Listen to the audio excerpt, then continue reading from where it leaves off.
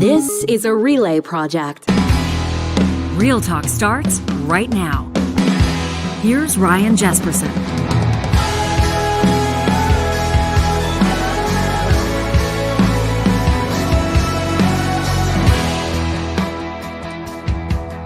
It's Friday, November 4th.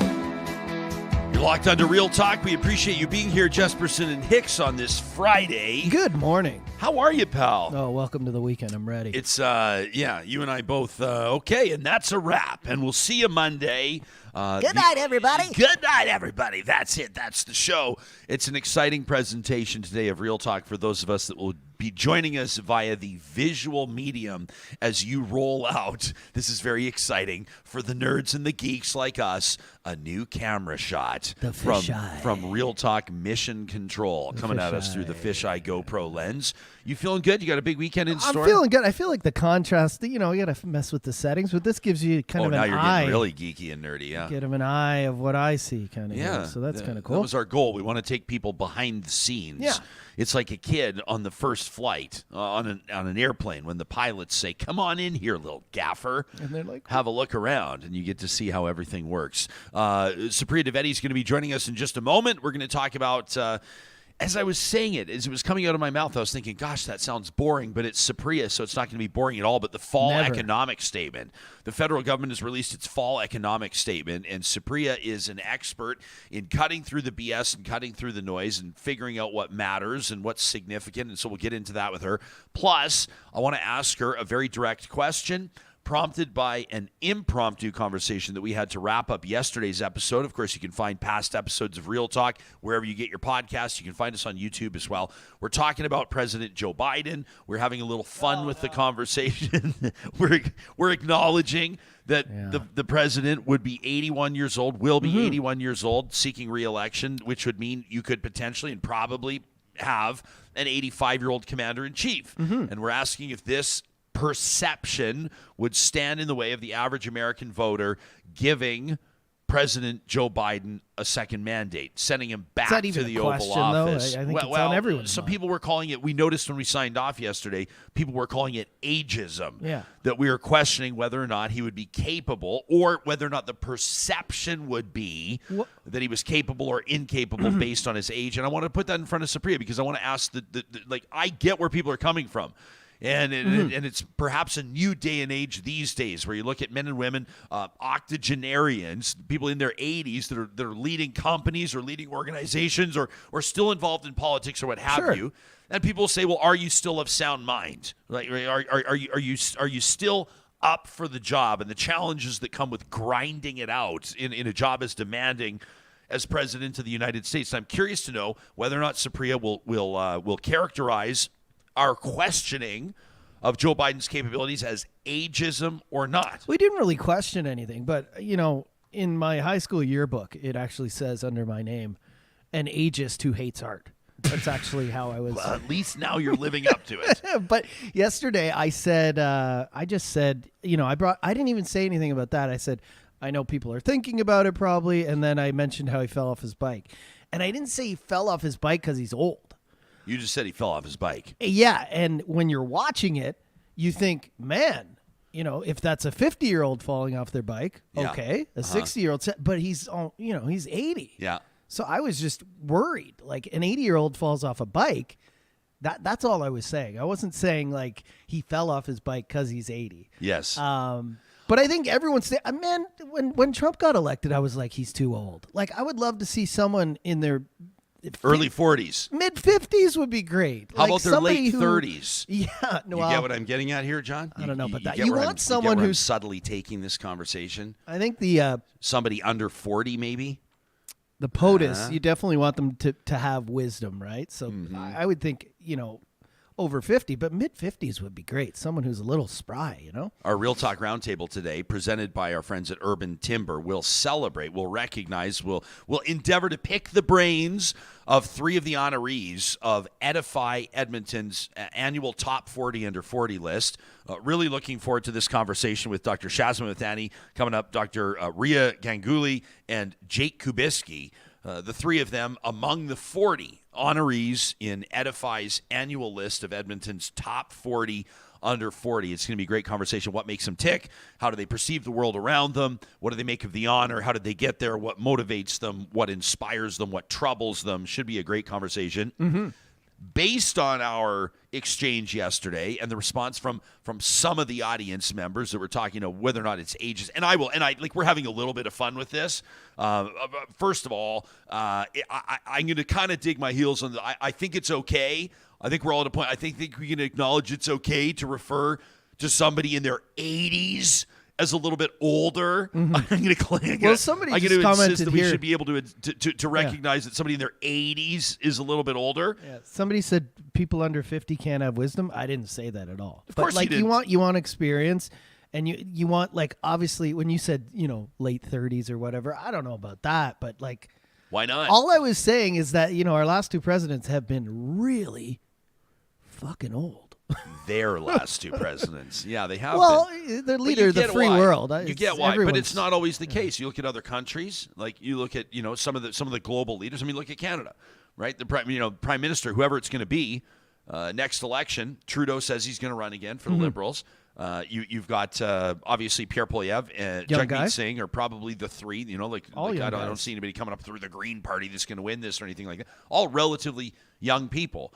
And I think that in politics, it probably serves you well to have that little bit of energy. Let me say, though, based on our conversation yesterday, and we'll get into this. We'll launch off with Supriya in just a second. But based on our conversation, I've told you before, I'm a big fan of the podcast Smartless, starring Jason Bateman and Will Arnett and turned Sean me on to Hayes. that one. Yeah, It's great. such a great show. And so they had POTUS on.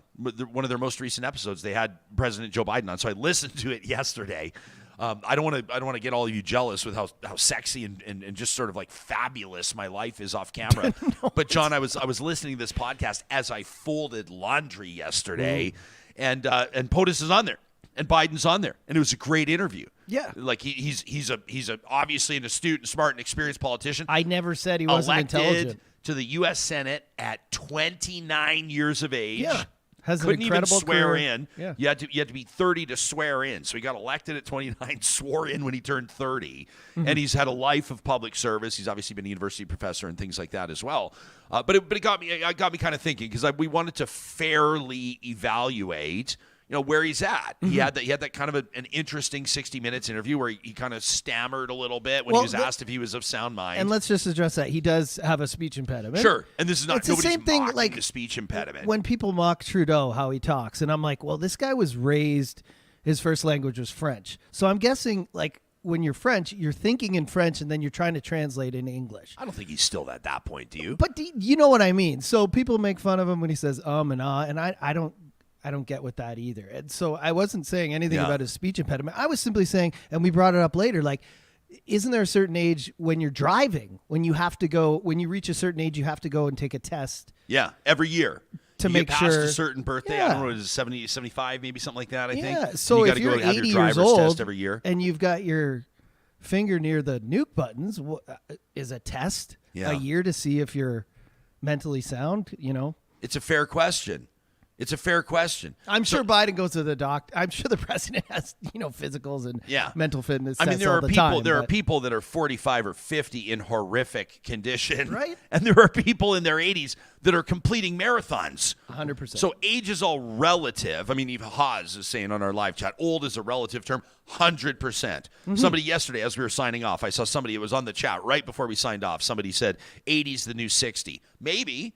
I mean, we treat 40 like the new 20. I hope. We continue to try to give off that vibe, having a good, solid energy. But the question is, what does it do to voter perception? That's what we were talking about yesterday.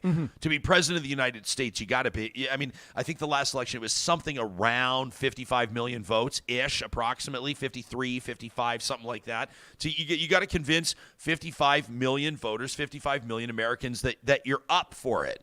And does age get in the way? We'll ask Supriya about that. So I'm looking forward to that conversation. I can't wait to hear what she says after listening to us knuckleheads.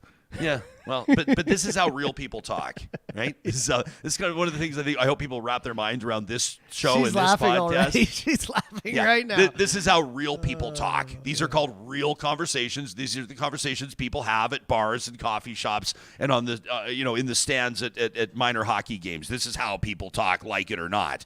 And so this is what political strategists look at as well. And we'll get into this with Supriya Dwivedi in just a second. These conversations happen because of amazing sponsors like our friends at Athabasca University. You know, there's no better time than right now to take that degree or that master's program. Go to athabascau.ca for more information. If you've been thinking about going back to school, Athabasca University, a great option for you. Why? Because you can choose from 35 different online master's and doctorate programs. And the only commute is to your device. How great is that? Athabasca is designed to fit your life. For ambitious people everywhere looking for more flexible approaches to higher education, take your education to the next level. Athabasca University is Canada's anyone, anywhere, anytime open university for advanced learning. At Friesen Brothers, 16 different Alberta locations. They've been in the business since 1955, still family owned. Asking that question they are every day, what's for dinner? You can check out the link at friesen.com. That's Freson. What's for dinner tonight? Well, it's Ivan's sweet German sausage and potato soup.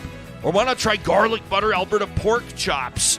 You can click the link to check out the recipe and, of course, head to your local Friesen Brothers to grab those fresh, locally sourced ingredients. What's for dinner? The question Friesen Brothers has been answering for more than 65 years. Alberta grown and Alberta owned. Our friends at Local Environmental are going to be sponsoring Trash Talk a little bit later on today, but we are going to be talking a lot about another one of our sponsors today. Well, why? Their CEO is going to be joining our Real Talk Roundtable. It's Jake Kubiski, the founding CEO of Kubi Renewable Energy.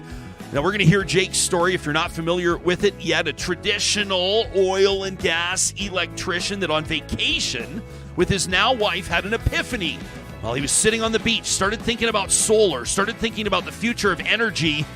These days, they've got a staff growing across Western Canada, a Tesla-certified installer working in residential, commercial, and industrial applications. You can get your free quote today at kubienergy.ca. Supriya Dwivedi every single Wednesday joins me as we put out one of Canada's most downloaded weekly podcasts talking about national news and federal politics. You can check it out at seriouslypod.com. She is the straw that stirs the drink, and she joins us right here on Real Talk every Friday. Supriya Dwivedi, it's great to see your face, my friend. Always good to see you. And Johnny was absolutely right. I was laughing already as you guys were talking and having that back and forth. Yeah, enjoying watching us dig ourselves a new hole after yesterday's. No, but I don't know. I don't think you guys dug yourself a hole. Are you going to ask me the question? I don't either. Yeah, I don't either. Is we got to be careful now whether we're going to call 85 old. Sorry, like it or not, it doesn't matter where your sensitivities are. 85's old. It just is. Of course it's old. It's old. I think I'm old right now. I'm definitely old. Once you tip over, I think the side of your hangovers just being bad after a couple of glasses of wine, you're old. You know what I mean? If your back hurts, you're old. If you're complaining about going to a bar and the music being too loud, yeah, you're old. I don't know. It's we have this weird thing with age where, we pretend to be perpetually young, but it creeps up on you. And I think there's nothing wrong, particularly in the context of talking about the American president, the most powerful person in the entire world, whether or not they have the mental fitness or acuity to have that kind of a job. Yeah. And I think it's a fair question, and it's a question that, like it or not, the average voter is asking. Like it or not. If for no other reason than whether or not that elected political leader will make it to the end of term, so that maybe even makes the running mate a little bit more of an intriguing. You're going to look at Kamala Harris, for example, and suggest I'm a little uncomfortable saying things like this, but if we elect somebody in their 80s to office, there is a decent chance that they're going to pass away during the term. right? I mean, like, it's we a talk about non-0% chance. Can we Yeah, talk exactly. about like real life things, like people actually die when they get old oftentimes? So then you start to look at the potential vice president and say, well, how, we evaluate this person based on whether or not we'd be comfortable with them being, in the American context, commander in chief. Yeah, totally. And I mean, look, it's also, you talked about the mental fitness, and I mentioned that too, but it's also the you have to figure, like, if you are that old, do you have as vested of an interest in some of the longer term issues? I'm thinking particularly about climate change, right? So if you're not going to be around when shit really starts to hit the fan, do you care about it enough? And are you taking the issue seriously enough? And that's just one issue. There are plenty of others, right, that are looming on the horizon.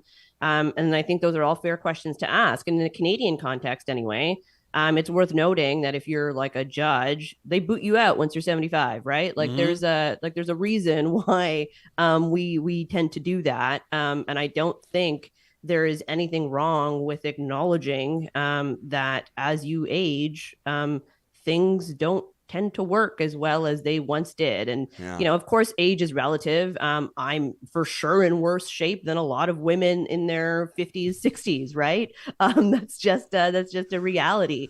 But I don't think we can. Oh, wow. I mean, come on. I'm lazy, man. I need to get my ass on a treadmill. That's what it comes down to.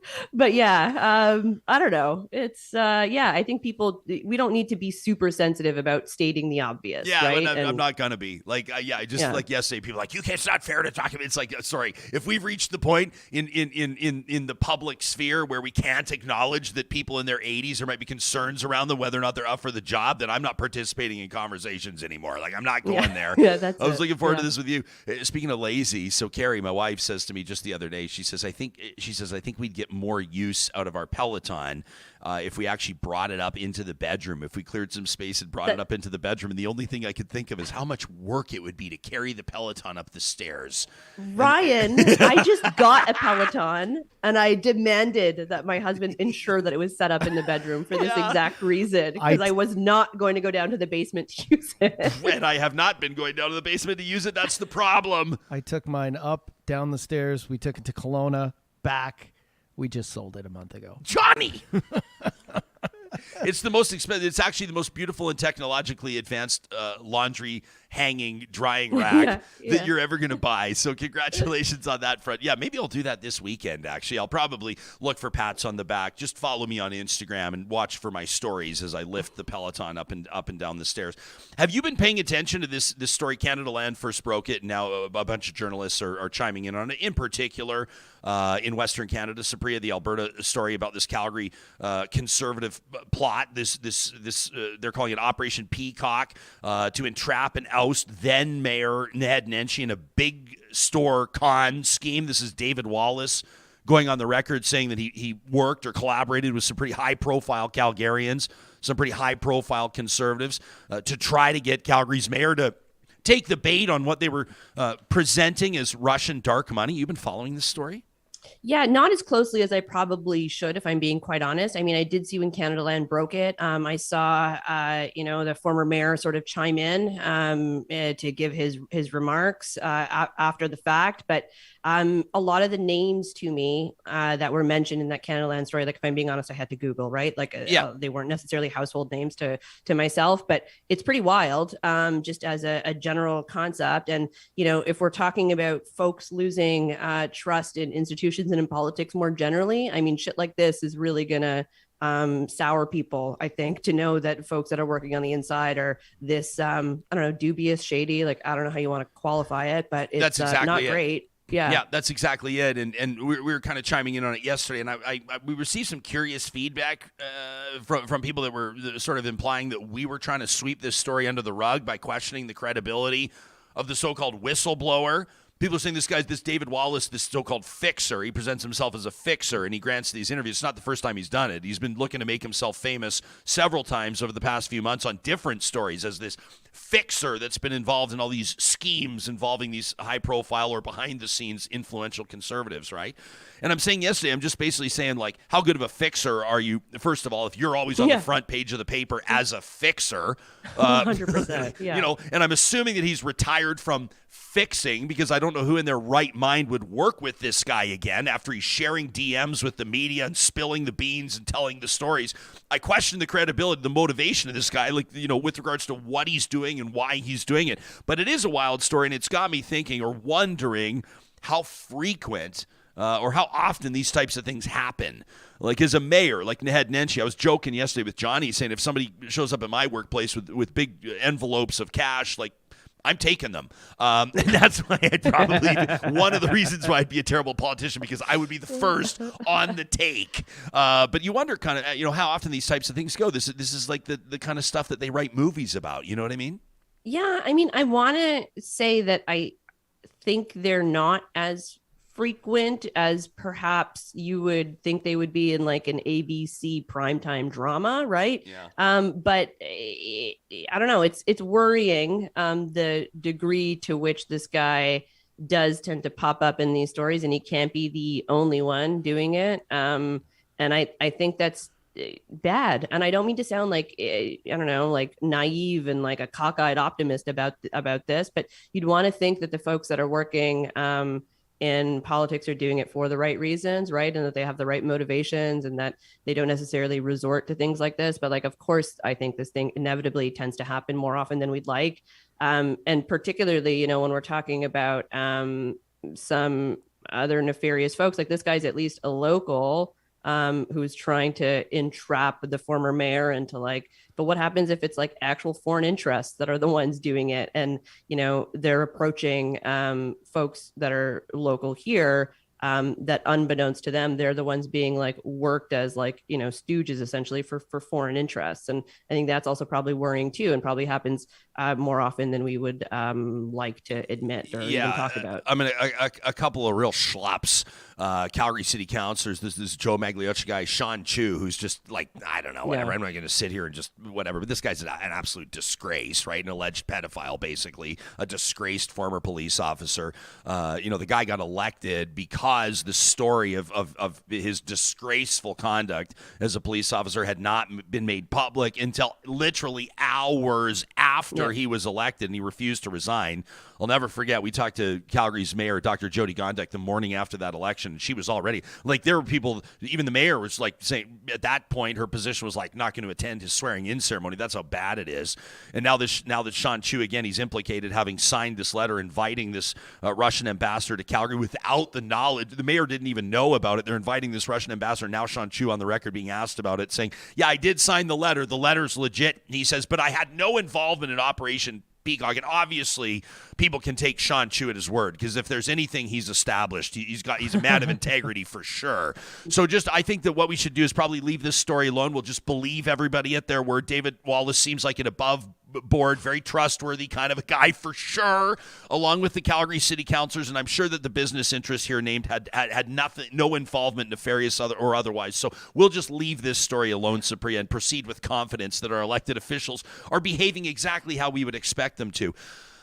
The fall economic statement yesterday delivered by the federal government. And these are the types of things where I said earlier in the show, I put all the pressure on your shoulders. I said This is honestly such a mind-numbingly boring bit of subject matter, but people should and probably do care about it in all seriousness. What jumped out at you yesterday? What do you look for with an update like this? Yeah, so I think you have to look at like the upshots or what are there. So, I mean, it is, I agree with you, a kind of like a mind-numbingly boring subject, but I think it's worth noting that when you're looking at some of the larger numbers and your eyes do tend to gloss over because they're ridiculous numbers, we're looking at quite a large deficit, right? I don't think anybody's surprised by that. Like the deficit's now at like a little over 36 billion. It is like 16 billion less than I believe they had initially projected back in April, but it's still, not great, and a whole lot more than I think what some more fiscal minded people would want. But in terms of the priorities, I think there are a couple of good nuggets in there. I mean, they're going to be doubling the GST rebate. And the finance minister did point out that was going to be in effect, like as of today, I believe. A bunch of new housing measures. And, I think what's interesting here in particular, and this benefits my own sort of self-interest, but retrofits to help aging, disabled, or Canadian multi-generational household. I think I've mentioned I live with my in-laws, so that's an interesting little nugget. And then student loan forgiveness on debt, which I thought was interesting. So the interest rather on student loan from the federal prospect, but that's also received quite a bit of criticism from folks who have pointed out that it's a bit of a regressive policy. It doesn't necessarily help the folks that are, obviously currently students. It's graduates, and they tend to be in a better economic position than others. But I mean, it's all important if for no other reason, that the opposition is going to be hammering the government on it. So it's important to know, I think, even though it's boring, it's important to know some tidbits every now and again. Do you have a strong position on student loan forgiveness? I mean, like there's interest, and then there's the actual loan. We've talked about this like at different points through this show's history, as it seems the political cycle or the news cycle dictates it, and it comes up in conversation. Obviously, the United States has taken some steps on this, and it's prompted more international conversation about whether or not post-secondary institutions should be more robustly supported with public dollars, or even whether or not it should be free. I mean, there are some Scandinavian or European models where post-secondary institutions are basically free, removing a lot of the barriers to access.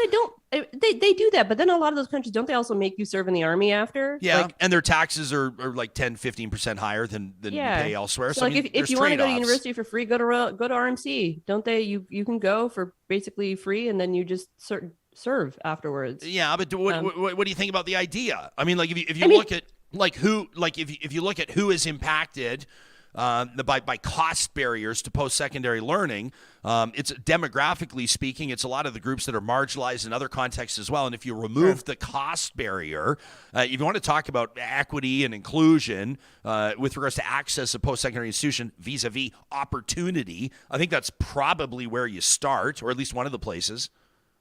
Yeah, I don't necessarily disagree with that. So let me just preface this entire conversation by saying that I think education, post-secondary education, whether we're talking about colleges or, trade apprentice programs or university programs, that it should be extremely affordable. And I say this as somebody who did their entire post-secondary. I mean, all my education was done in Quebec, and it was very affordable, both my undergrad and, the 2 law degrees that I have. But that's also relative, right? That's a relative statement, affordable. It was affordable for you. Well, I mean, sure. What do you think McGill tuition was when I was there? Oh, geez, I don't know. I'm old. Okay, I have no idea what tuition is now, but what was it like $6,000 a year? I mean, I don't like really know what it is now either, if I'm being honest. But I mean, when I was there, it was like $2,800 for the year. For the year?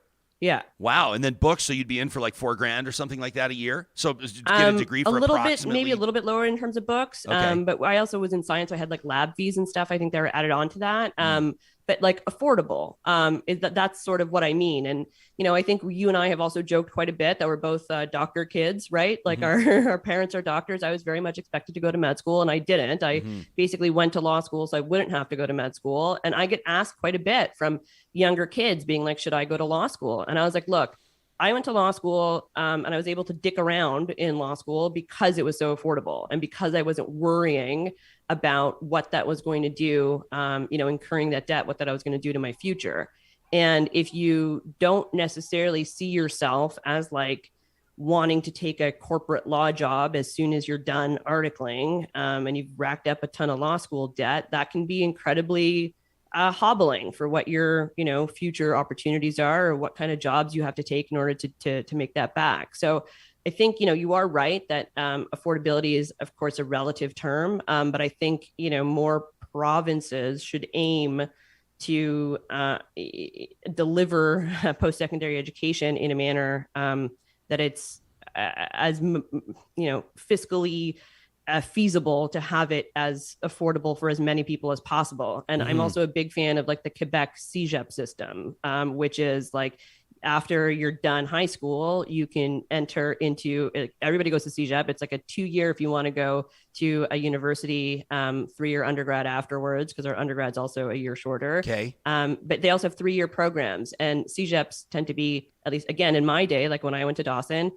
your tuition was like a couple of $100 a semester. And it makes it a lot more affordable. And I feel like if the rest of Canada knew the ins and outs of how affordable a lot of post-secondary education in Quebec was, they'd be clamoring for a little bit of it more in their own provinces. Yeah, Quebec is the new Norway in Alberta. Everybody used to spend all their time comparing Alberta's Heritage Savings Fund to Norway's, what do they call it, like the Sovereign Trust or something like that. Yeah. And people that kind of actually understand how it all works would tear their hair out, being like it doesn't make sense to compare Norway, a country, to Alberta, a province, with regards to its obligations to the rest of Canada, and what Alberta has done with its oil and gas related or energy related wealth. And now it seems that everybody in Alberta wants to compare Alberta to Quebec. And they're looking across Canada, and I mean, the conversation is largely driven by Alberta's new premier, Danielle Smith, who said to us on this show that one of the first things she was going to do was contact Premier Legault. She said, maybe I'll get a few tips. I don't remember her exact words on basically how to deal with Ottawa, or a few tips on how to get a good deal with Ottawa. And I just want that conversation to be a fulsome one, to be an accurate one. If we're going to endeavor to be more like Quebec, then let's take a look at taxes in Quebec. Let's take a look at robust social programs in Quebec. If you want to have an apples to apples comparison, then some things are probably going to change here. And if people want to have that conversation, that's all fine and well. That's good. That's great. But you can't just sort of say we want to keep taxes low, we want to keep government surplus high, and we want all the social programs and the benefits that come with it. It's just kind of not how it works. Can I just add one last thing with that Alberta wanting to be more like Quebec thing? I mean, a good reason a good chunk of the reason why various iterations of federal governments, whether we're talking conservative or liberal, tend to listen to Quebec, aside from all of the constitutional carve-outs that Quebec legitimately does indeed have, is the fact that they don't vote for the same party over and over and over and over and over and over and over and over and over again. So their needs are listened to. If you're only ever voting for one party, why would the other parties ever take any of your demands seriously? Yeah. That's just like a rule of thumb. But Quebec, they'll vote Bloc, they'll vote NDP, they'll vote Liberal. In areas outside of the island of Montreal, they'll very much vote Conservative. So I don't know, like, you're going to listen as a political party if that's the case, because you want their votes. Yeah. This next election in Alberta, we talked about polling yesterday from Janet Brown. She's a very reputable pollster out of Calgary. People can check her out on Twitter at Planet Janet YYC. It shows there's going to be a horse race. Like, it's going to be a legit, hard fought, competitive election. At least it looks like it's shaping up to be, provincially speaking. Yeah. But next May. But federally, how many seats do you think the Liberals or the NDP are getting? Where, in Alberta? Whole? Yeah. 2. Yeah, Heather McPherson will win again in Edmonton, Strathcona, and Blake Desjardins will probably he will win again in Edmonton, Griesbach. He's actually a phenomenal. This guy's an emerging force. I'm a huge fan of his, as a matter of fact. I'm not saying that I'm going to vote federally for the NDP, but I like that. If I lived in that riding, I would vote for him. I can vote for I'll vote for the person over party if that person is really compelling, and if I think they'd be a phenomenal MP, he would have my vote. Although I'm not necessarily a big fan of the federal policy of that party, but I digress. Doesn't matter. We are taking you into overtime. I've got 3 top 40 under 40s in the bullpen right now, so we're going to let you go. Supriya Dwivedi is obviously the biggest part of Seriously, which is out every Wednesday. Don't roll your eyes. You know it's true. You can check it out at seriouslypod.com. You can download it wherever you get your podcasts, and we're on YouTube as well. Have an amazing weekend, and we'll talk to you next week. Sounds good, Ryan. Thanks, Supriya. You bet. You can follow Supriya on Twitter, and of course, you see her on Power and Politics, and you read her in like all of Canada's national publications, and we're basically big fan of Supriya Dwivedi. I'm going to ask just very politely. I would very rarely ask anybody to buzz off, but I'm just going to ask. There's a real talker by the name of, is it Graham? Is it Graham in our chat? I think it's Mr. Is it Duty? Mr. Duty? Is it Graham Duty? Doty? Graham Duty is my personal trainer. He's a phenomenal guy, but I'm asking him to buzz off with his suggestion in the live chat that we get a treadmill in the Real Talk studio. That sounds like a terrible idea, Graham, and we do not agree. We get our intellectual workouts here in the Real Talk studio. I just know that that's coming. He's gonna drop one off here. He's gonna carry it up the stairs here with one hand. He's gonna lift it with one hand, this treadmill probably, and drop it off in here. And then he's probably gonna have some sort of an accountability program where you and I are gonna have to log like 30 minutes, like a checklist. Graham, it's Friday. It's Friday. In all seriousness, belong in the gym. yeah, I should call this up just to do him a solid because he honestly is just a phenomenal guy. And if you go to grahamdoody.com, that's DOODY, you can find out exactly what Graham does. He's got this great rowing initiative. You go to the drop-down menu and you check it out. He does personal training, executive coaching, and then you click on Engine Room. It's this indoor rowing team. So it doesn't matter where you live. If you, like John and I, have exercise equipment that's gathering dust, if you, in particular, you have a rower and you want to have some accountability and the coaching that comes with that sort of team atmosphere, you can check out grahamdoody.com and click on Engine Room. But seriously, we're not getting a treadmill in the Real Talk studio. No. Sorry, Grant, it's just not a fit. We don't have room for. I would. When I get off work, I mean, I don't want to get on the treadmill. It's all you and I can think about is working out and exercising. But just unfortunately, we just don't have the space. You know, it's just not in the budget. It's just not in the budget, and we just don't have the space. Our Real Talk RJ hashtag is powered by our friends at Park Power. They are your friendly local utilities provider. Well, what utilities, you ask? I'm glad you did. It's electricity, natural gas, and internet. And chances are, if you're not partnered with Park Power right now, quite frankly, my friend, you're paying too much. You can compare rates today. It takes about 2 minutes. Find out what you would be paying if you were to sign up at parkpower.ca. And when you click that orange sign up link at the top of the page, don't forget to use the hashtag, or no, the promo code 2022-Real Talk. Why? It knocks $70 off your first bill. They don't joke around. You always find people that are like, save $5. Park Power's like, save $70. Use the promo code 2022-Real Talk at parkpower.ca. At St. Albert and Sherwood Dodge, if your weekend plans include shopping for the vehicle that's going to keep you safe on the roads this winter, they've got the best selection of North America's best-selling SUV, guaranteed. It's the Jeep Grand Cherokee. You can check out the 2022 models right now. Online, they've got some great tools, including an opportunity to chat directly with a member of their sales team from the comfort of your own home. Plus, they're taking pre-orders for the 2023 Dodge Hornet. Everybody's talking about that. You can check it out at Sherwood Dodge and StAlbertDodge.com. At Apex Automation, they want to let you know if you are a professional engineer seeking fulfillment, you're sick and tired of where you're working, they don't appreciate you, plus they are working you overtime, you're not seeing your family, and you're not even sure that you appreciate the clients or they appreciate you. You know what I mean? The motivation's gone. This is your sign.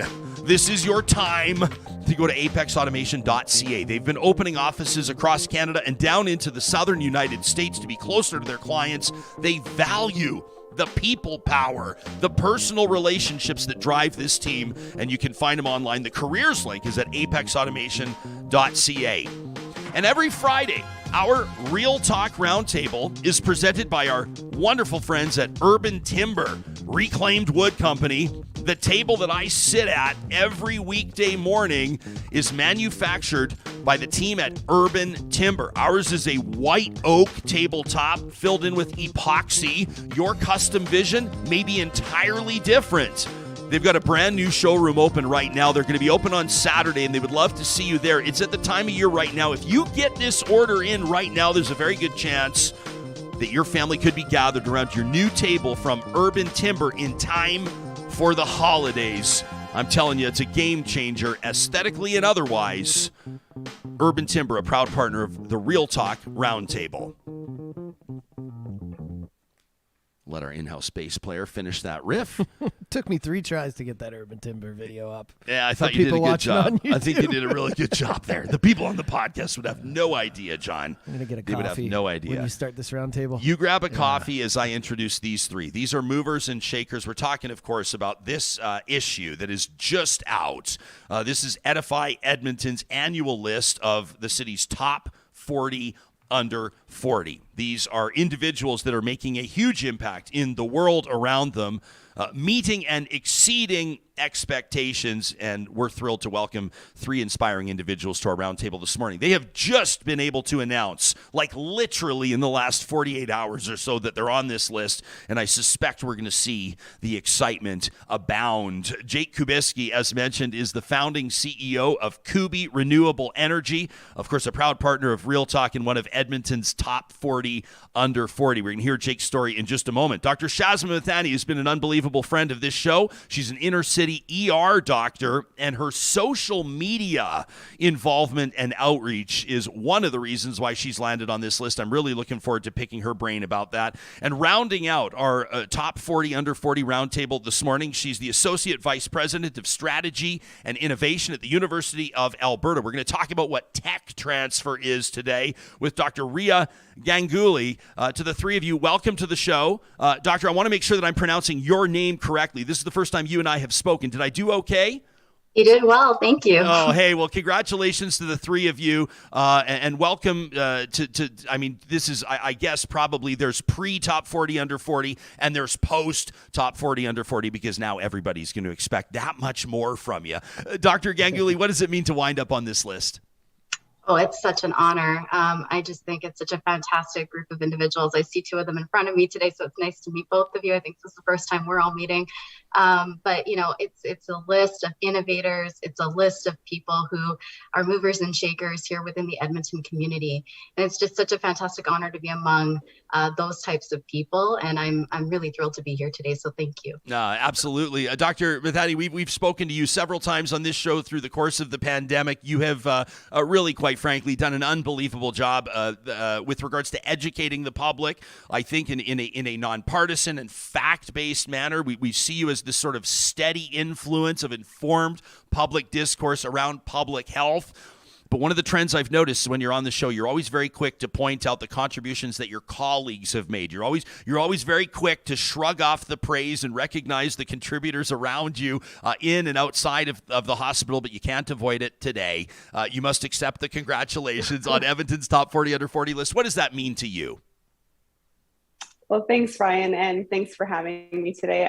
It is really an honor. When I got the phone call back in July, it was certainly a surprise, and now to be able to see the entire list, like when I told my close friends and family, to keep it a secret, and then they'd asked me if I knew anyone on the list, and I said, well, I actually don't know. And now to be able to see all of these amazing other 39 people with me here, it really does drive home what an honor it is to be chosen for this, because it's a pretty amazing group of people. Yeah, well, Jake, you're in a bit of hot water, quite frankly, my friend, because you and I have seen each other in person a couple times, and you did not divulge that you were on this list. So congratulations to you, my friend. We've talked about your story in past. Obviously, you've been on the show before talking about your journey as an electrician working in oil and gas, and what led to you establishing one of Canada's most well-known and most reputable solar installation companies. I love that your feature in Edify, and people can read it online, starts with that moment. You and your now wife on a beach in Costa Rica. You've got sand between your toes. Did you have any idea at that moment that your life was about to change? It was a big risk at the time. It was 2015. We were going into a bit of a downturn in the oil industry. I was working for an oil provider close to Edmonton here, and it was kind of had a awakening, one of those aha moments.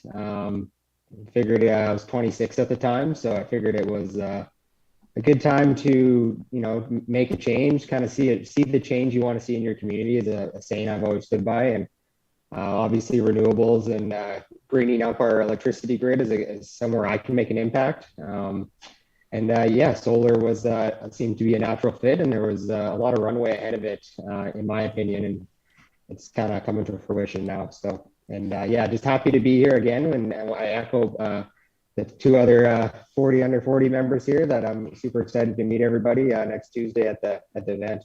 Yeah, I'm going to be there in attendance as well, and really excited to get to know more and more people. One of the beautiful things about this roundtable and reading through the issue itself is you have an opportunity to endeavor to understand what makes people tick. What has been the so-called, it sounds a bit cliche, but what has been the secret to folks' success? And one of the things, I think about establishing the bar at 40 years of age is typically people will look at 40 as when you kind of hit your, to be tacky for a second, when you kind of hit your earning years, when your career kind of goes into overdrive, when you're ready to put the pedal to the metal. But oftentimes these top 40 under 40s have already achieved that in big ways. Dr. Ganguly, for you, when we talk about early influences in life, those formative influences, who was it for you? Who made a really formative impression on you as a young person? So I started my career actually as a bench scientist. So I finished out my PhD in physiology and pathophysiology. So I was really interested in understanding cells and how cells work. So I took that and really was trying to figure out, cellular physiology. And then one of the things I realized through the course of my academic career is I really love to communicate the science. I loved talking about it. I loved connecting it to people outside of the university.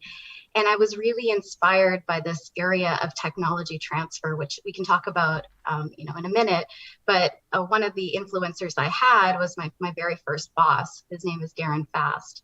And he was so he led the technology transfer office out of the University of Manitoba. And he was just such a fantastic individual. And he taught me how to really think about, the science and the scientific world, and how do you communicate that to external stakeholders and create really exciting partnerships for the university. So I was really thankful for that first opportunity to be connected to Darren, and I remain inspired by people like him every day. Your whole deal, as people can go online at edifyedmonton.com and read the features on all three of our panelists today, and obviously the other 37 as well. Riya, your whole thing really is connection, right? That's kind of the foundation of your entire career and what you do.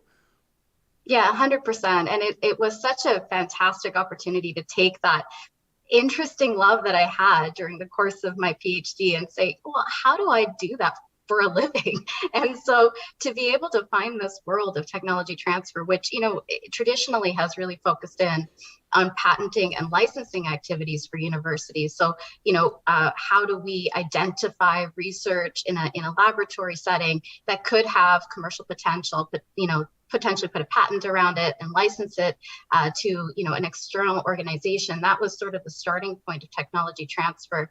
Over the almost decade that I've done this, the evolution has really been to figure out how we create more exciting partnership with that research. And that part has been so very exciting to participate in. And even in my current role as AVP Enterprise with University of Alberta, that's really a big focus area for this position, is how do we connect external stakeholders to the great things that are happening within the university, not only in research, but in areas like program development, being connected to facilities on campus, all kinds of really exciting things to really participate and be a community member. And I get to do this every single day, and that's just been such a joy and a pleasure for me. Dr. Mithani, your follower base.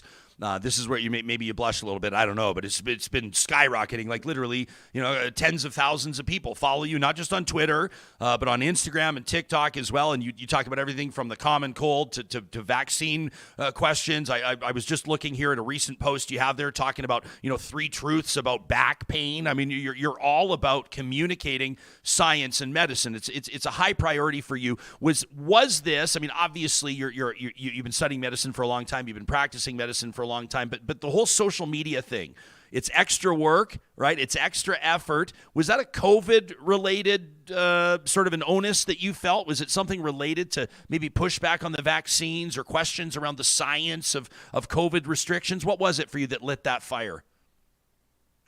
I think that certainly started it. This has been kind of a weird 2.5 years where social media it was already present and was already prominent, but it really became the venue for information during the pandemic. And unfortunately, that included misinformation too.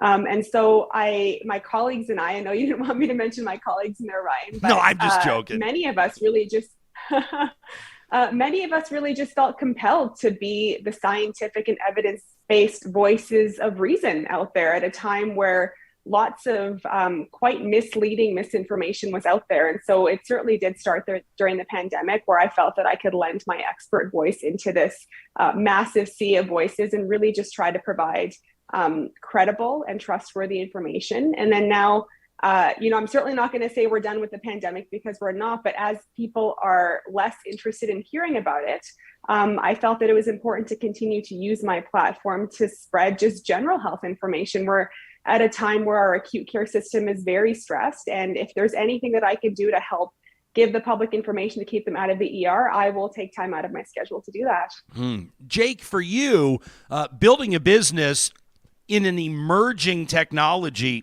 has got to be obviously an exciting opportunity. Probably comes with its own unique challenges, though, as well. What's it been like for you? I mean, you started out as a journeyman electrician. You decided to get into solar, but then all of a sudden, obviously, you see an opportunity here to grow a pretty significantly sized company. How do you go from being a skilled tradesperson to becoming a skilled entrepreneur and corporate leader? That you don't take for granted. That's not something everybody can do. Yeah, I just want to confirm my mic's working good there, Ryan. Yeah, buddy, we can hear you loud and clear. It's better. Thanks for that. Yeah, no problem. Great question. I surround myself with a lot of very smart people, a lot of people that are probably more experienced in business than myself. And we work here really well as a team. I think my biggest strength is putting people together that work well together, and we're able to grow as a unit rather than, me trying to manage everything in-house. So it's, I have a great group of managers, all very young. Every one of them could be on this top 40 list for sure. And I'm just happen to be the guy taking the spotlight right now. So how do you figure that out? Was it for you? Was it a mentor relationship? Was it trial and error? Like how did you become the leader that you are now? Yeah, I do have some business mentors for sure. A lot of it too is like Mark Zuckerberg once said, break things and move quick. So we were, being a smaller business to start out, being nimble and agile and moving with the times, and customer service, obviously, we knew we had to grow around that, and making sure, especially trying to squash a lot of misinformation around renewables and solar, and it's never ending. It's good to see the turning of the tides a little bit in regards to just the mass consensus of solar and renewables in general. It's people are for it. Doesn't matter where you are on the spectrum anymore. Has really helped.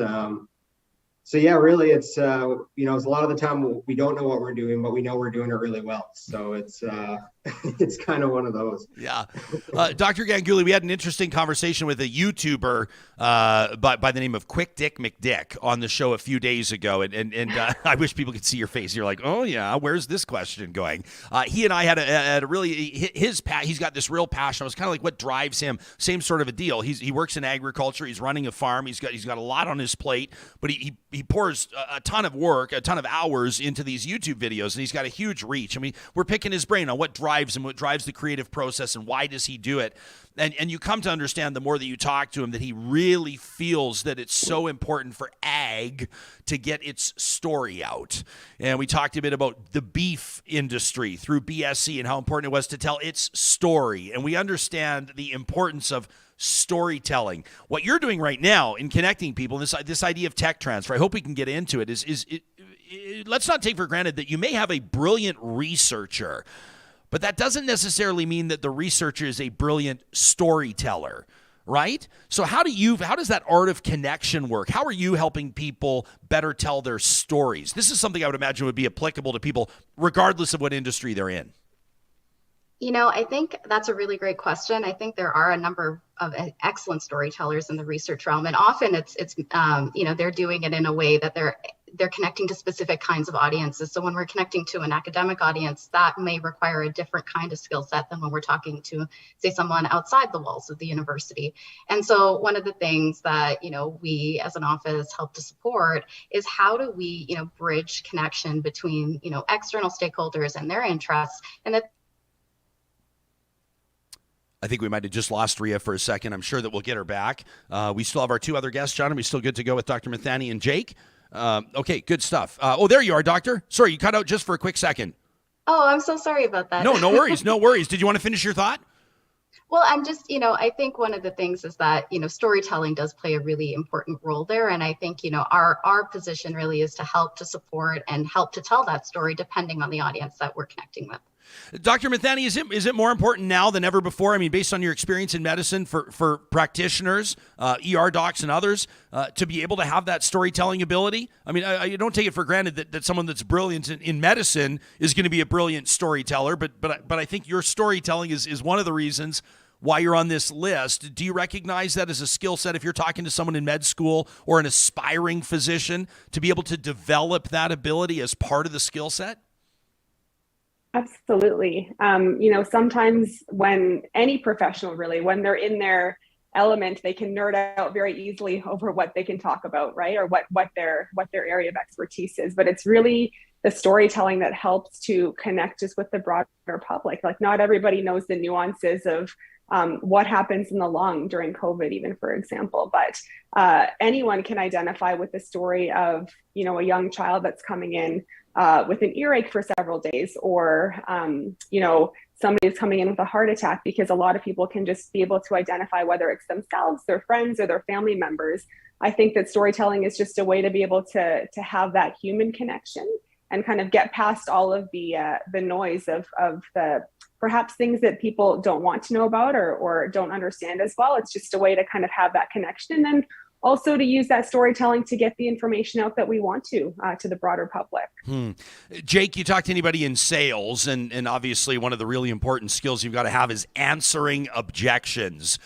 Through the tenure of your career in solar, how have the objections evolved? Like I think back to sort of early stages, and people would talk about, wow, in the winter the solar panels aren't going to work, so what's the point? Or it may have been prohibitively expensive 10 years ago, or the battery storage systems may have not been where people expected them to be. A lot of that has evolved with regards to tech, and we know that for a fact. What do you hear on the side of potential customers, and what are the sticking points that people have right now?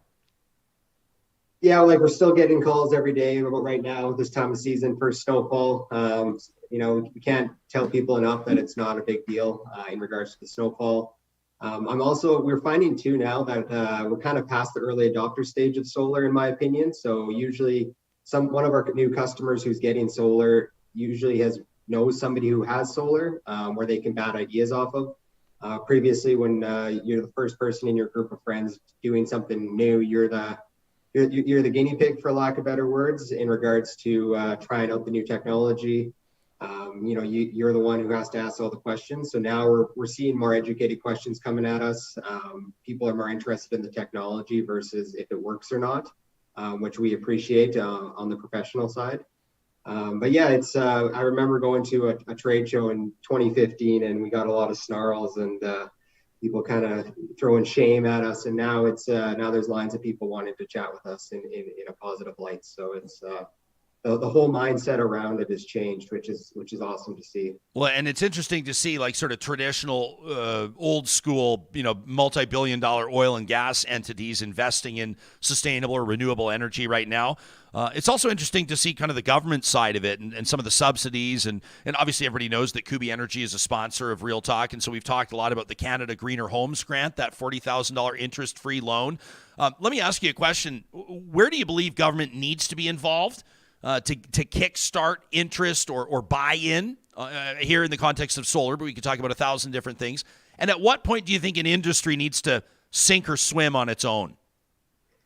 Yeah, my fellow competitors in the market might hate me for saying this, but I think you can over-incentivize an industry. I think we've touched that at certain points along our life cycle here as a business. I think the Greener Homes for $40,000 interest-free loan is a great timing in regards to where interest rates are going, cost of living, energy pricing. Like, that is, I think, a very well-ran program just in regards to how they rolled it out. It's not a grant, it's a loan, but it's an interest-free loan. So it's a good program. I think giving people over-incentivizing people creates a false narrative in regards to what things cost in reality. So when grants go away, there's a bit of a sticker shock that the public has to adjust to prior to continuing on in that industry.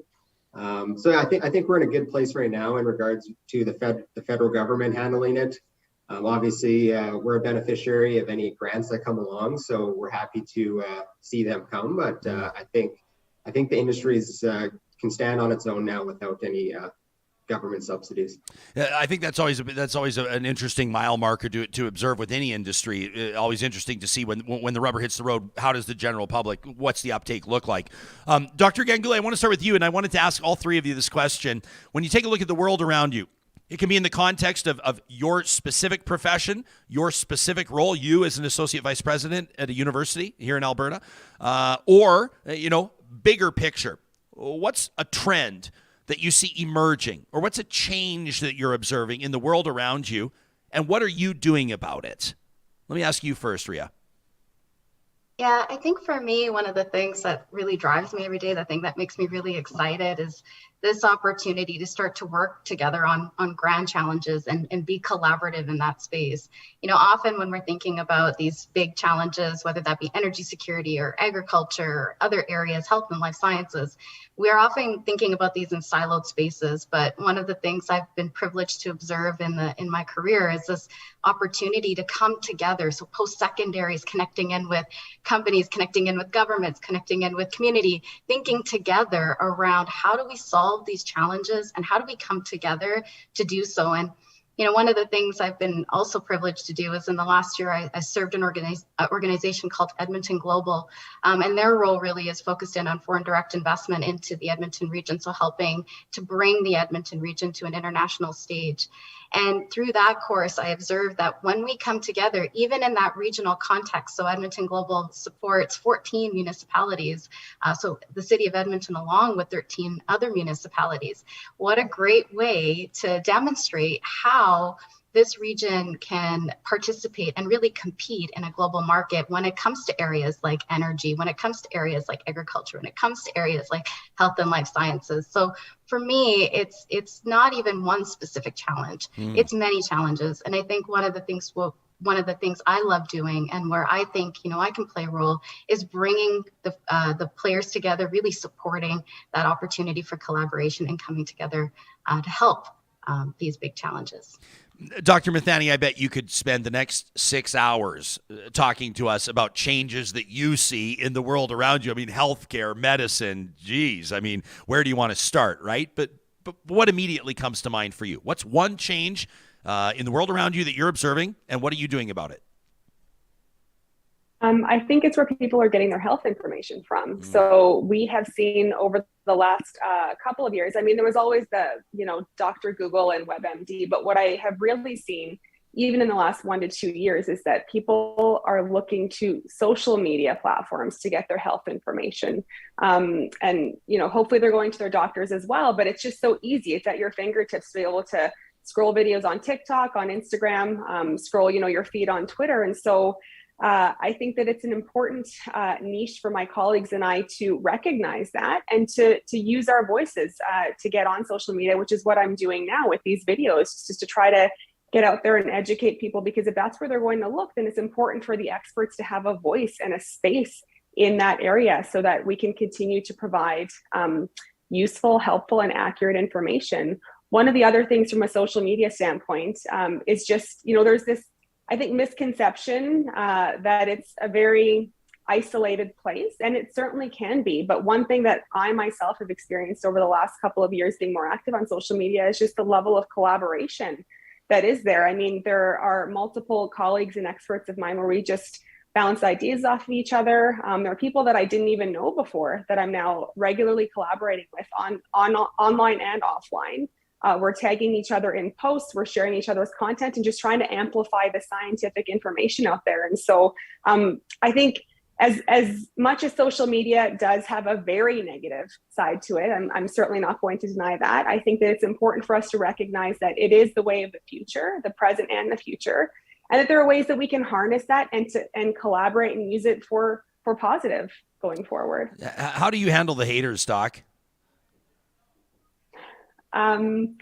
I usually do a quick scroll and see if there's anyone, I will engage with some, to be honest. If there's someone that is being contrary to what I'm saying, but is doing it in a respectful way, I will try to give them 1 or 2 chances to engage with them. And there have been situations where there is respectful dialogue that takes place. If it's anyone that's being abusive, I'm not shy to either mute or block them now. I used to take it a lot more personally, but as the following has grown and as people are getting more passionate about their views, I also have to protect my own mental health. And so I usually just scroll past them, and I'm not shy to block them or take them off my feed. Nah, that's self-preservation, my friend. Yeah, I love that. You kept it classy as people get more passionate about their views. That's one way to put it. Hey, Jake, what's one change you're observing in the world around you? I mean, I suspect I might know where you're going to take this, but maybe you'll surprise us. And what are you doing about it? Yeah, like I see things getting more expensive. I see the energy markets changing rapidly.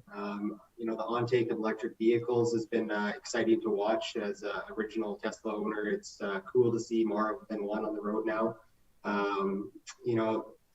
We're, here at Kubi, we just really try and make things affordable for people. We try and and if the end product is saving money and greening up your life, then that's a win. So we're just trying to, we have a lot of work to do. You drive around the city and there's a lot of houses and a lot of businesses that don't have renewable energy products on their buildings. And this is the way we need to go. And it's a simple step for most people to save money and as well as lower their carbon footprint. So we're seeing that change happen in real time. And it's pretty exciting.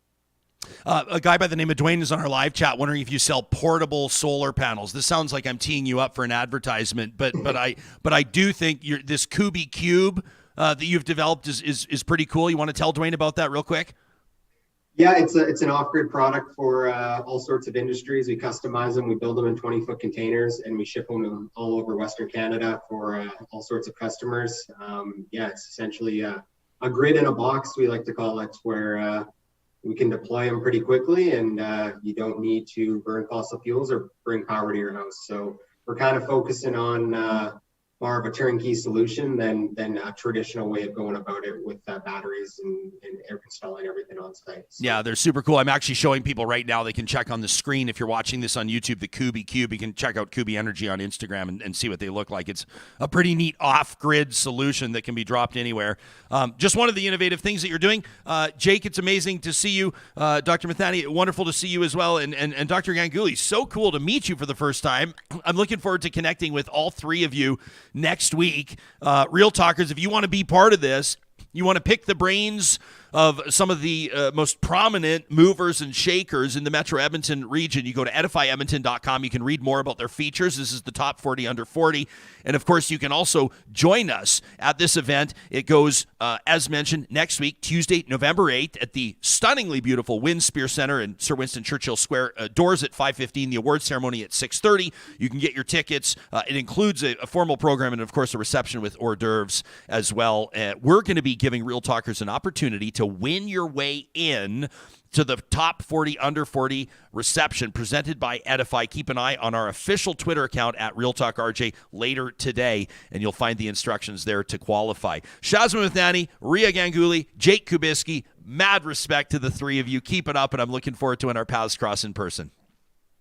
Thanks, Jespo. Yeah, you Thanks, bet. Ryan. Congratulations to the three of you. It's such an exciting time and very well deserved. Of course, there are 37 others on this list, and we offer our congratulations to them as well. We encourage you to check it out. I love when you have people on doing more than me, reminding me how much Why do more you keep I saying need this to every do. every single day? Because it's inspiring. Every single day, it inspires me. You have this sort of self-deprecating joke that you Okay, trot I'll let it out. go. People I'll let need, it go. people need to understand. I mean, It is a joke. You could easily be on this list, and One I of know my that, friends is on the list. Is that right? Yeah, so he runs Old Red Barn. What's his name?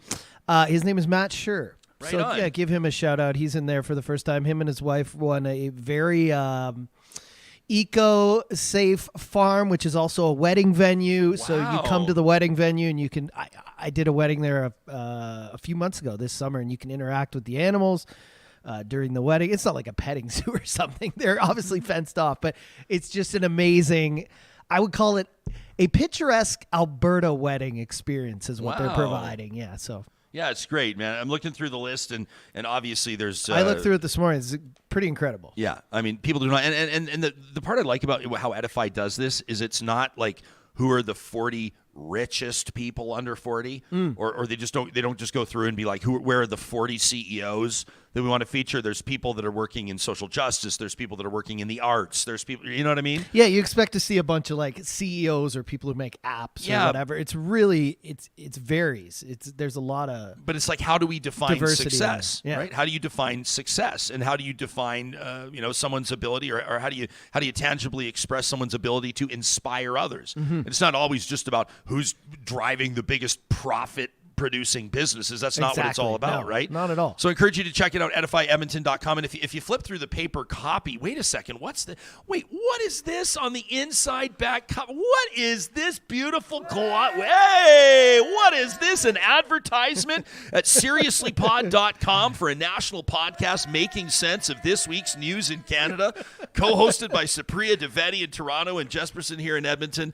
We're proud to partner with Edify on this, and congratulations to the top 40 under 40.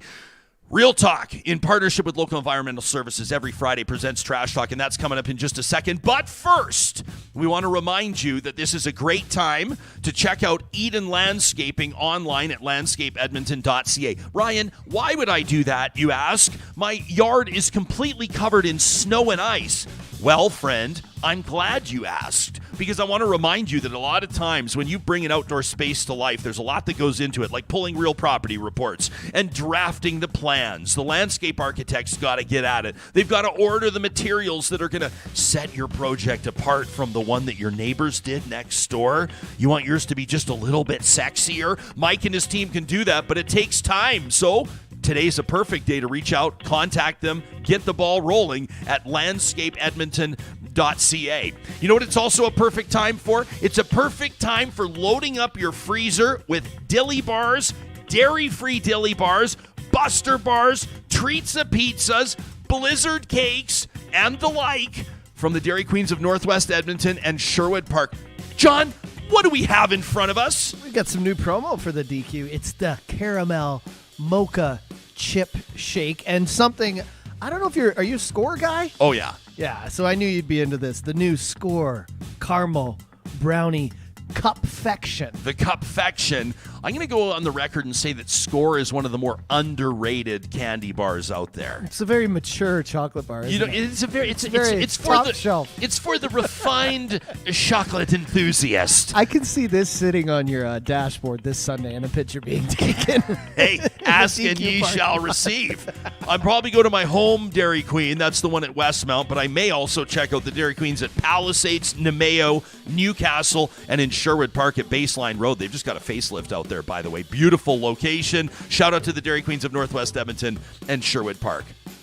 Also, a big shout out to everybody who took the time to send us an email this week. A couple of you had things you got to get off your chest. I've already teed up Kevin's a little bit earlier. We poked a little bit of fun at it. Kevin, no offense. It was just an opportunistic moment, but I promised I'd get into your full email as we roll out in partnership with Local Environmental Services, a little something we call Trash Talk. Oh, yeah. What are you trying to test me, John? You trying to test the old pipes? So Kevin writes in on November 1st, and he says, Jespo, listening to your talk about Halloween costumes, it got me thinking. Now, I'm not a Christian, but I do wonder why people seem to think it's okay to dress up in parodies of religious leaders. For people, that religion is an important part of their identity, and this pushes them away. And I do think that there are thousands of possible costume ideas. Why do we have to use it as an attack, intentional or otherwise, on a group of people? I understand that many do not think highly of different organized religions, but that doesn't mean you have to be a jerk to those who believe. John, would you like to comment on this email? I'm going to stay out of this one. John, what did you dress up as for Halloween this year? I was several things. I was John, Maverick is this from on? Top Gun. John, is this on? Father Hicks calling. I was a priest, yeah. And this one from Rob, who says, I'm checking in from Rainier. about 20 minutes south of Brooks. Shout out to Rainier, Alberta. He says the Brooks Chamber of Commerce just hosted a forum for the candidates in Brooks Medicine Hat, this by-election, and I was able to watch a live stream, and I just thought I would share some thoughts. Rob, it's music to our ears. He says, I think that Danielle Smith represents everything wrong with politics today, and I do think we're worse off as a province for having her as a big part of it, let alone as premier. Jespo, I don't like her even a little bit. However, after watching that forum, she came across, hate to say it, as the only legitimate candidate that could actually bring something to the table. She spent every minute of her time talking about real policy, tangible plans on how to enact those policies. Now, whether or not I agreed or thought it was even realistic is a different story. The point is, if I knew nothing about any of these candidates and I was making my decision based on the forum, there would be no decision to make. Danielle Smith, obviously the only candidate that had any semblance of a platform or a plan. The other candidates, the guy from Alberta Independence Party, I don't know. The Wildrose Independence Party, I don't know. The NDP candidate was a joke, says Rob. I've never been an NDP supporter, but I thought her showing was profoundly disappointing. No policy, just a plethora of vague nothingness. Healthcare is critically important. Education is very important. True, but bring substance to the table. And Barry Morishita, Jespo, you talk about him, leader of the Alberta Party. I really like him. He seems reasonable, like a person who has the ability to do some real good. But from his performance, I don't know if you'd ever guess he was the leader of a party. You'd never guess he was recently the mayor of the city that the forum was taking place in. Much like his party, he seemed to lack direction. I'm afraid that the party and Barry are suffering from the old mushy middle syndrome, says Rob. So at the end of the day, I want this by-election to be a close one. I want to see competition between multiple parties, but I'm afraid that Premier Smith is going to walk away from this without ever having thought twice about her strategy. I want the opposition parties to compete. This province needs real, multifaceted competition, says Rob. So there's my rant. I love the show. I've been following you since the godforsaken talk radio days. You're what I listen to every morning when I feed my cattle. If you're ever down south, let me buy you a beer. Rob, I accept. And thanks for contributing to this week's edition of Trash Talk, presented by our friends at Local Environmental Services. You can go to localenvironmental.ca today to get your quote. Coming up on Monday's show, of course, Charles Adler's back at it, and we've got a great slate set up. In the meantime, over the course of this weekend, make sure you tell your friends where you're finding Canada's best dialogue on news, politics, and pop culture. Smash the like button, rate our podcast, please, and we'll see you again in just a couple of days.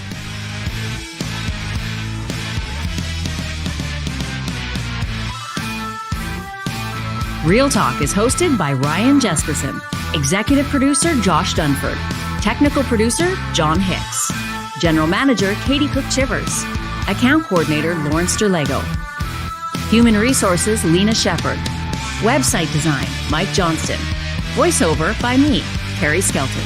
Real Talk's editorial board is Supriya Dwivedi, Ahmed Ali, Brandy Morin, Ann Castleman, Corey Hogan, Harmon Candola, Catherine O'Neill, and Chris Henderson. Member Emerita, Julie Rohr. Real Talk is recorded in Edmonton, Alberta on Treaty 6 territory, the traditional and ancestral territory of the Cree, Dene, Blackfoot, Saulteaux, and Nakota Sioux, home to the Métis settlements and the Métis Nation of Alberta. Real Talk is a relay project. For more, check out ryanjesperson.com.